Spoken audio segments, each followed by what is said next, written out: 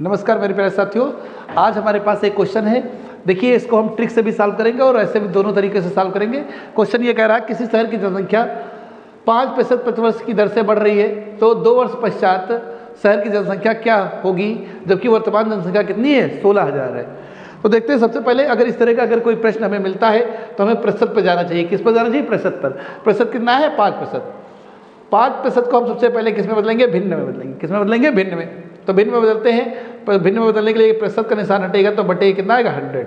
5 से काटिए, 5 एकम 5, 5 दूनी 10, कितना बचेगा? 1/20। 1/20 का मतलब तात्पर्य हुआ कि किसी शहर की जनसंख्या अगर 20 है तो अगर 5% की दर से बढ़ रही है तो दूसरे वर्ष कितने, उस वर्ष कितनी हो जाएगी? 21 वर्ष। बढ़कर कितनी हो जाएगी? 21 हो जाएगी।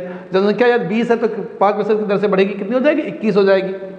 यह पहले साल होगा। इसी प्रकार दूसरे साल भी कितनी, 20 से कितनी हो जाएगी? 21 हो जाएगी।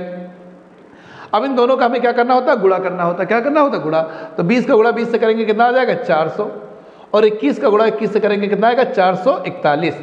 तो यहाँ आप देख पा रहे होंगे, यदि हमारी वर्तमान जनसंख्या 400 है तो 2 वर्ष पश्चात कितनी हो जाएगी? 441 हो जाएगी।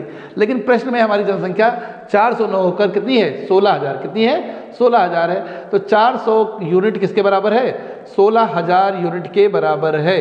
तो 400 यूनिट बराबर किसका है? 16,000 के। तो 2 जीरो से 2 जीरो, 4 एकम 4, 4 चौक 16।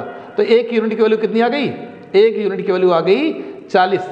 1 यूनिट की वैल्यू कितनी आ गई? 40 आ गई। अब हमें कितने यूनिट की वैल्यू चाहिए थी? 441। तो 441 यूनिट की वैल्यू कितनी हो जाएगी? तो 441 यूनिट की वैल्यू हो जाएगी 441 गुणे 40। मल्टीप्लाई करते हैं, जीरो उतार लेते हैं, 4 एकम 4, 4 चौक 16 का 6, हंसला 1, 4 चौक 16 1, 17। यानी जनसंख्या हमारी 2 वर्ष पश्चात कितनी हो जाएगी? 17,640। ये हमारा हो जाएगा आंसर। इसी प्रकार हम दूसरा प्रश्न देखते हैं। अगला प्रश्न है हमारा,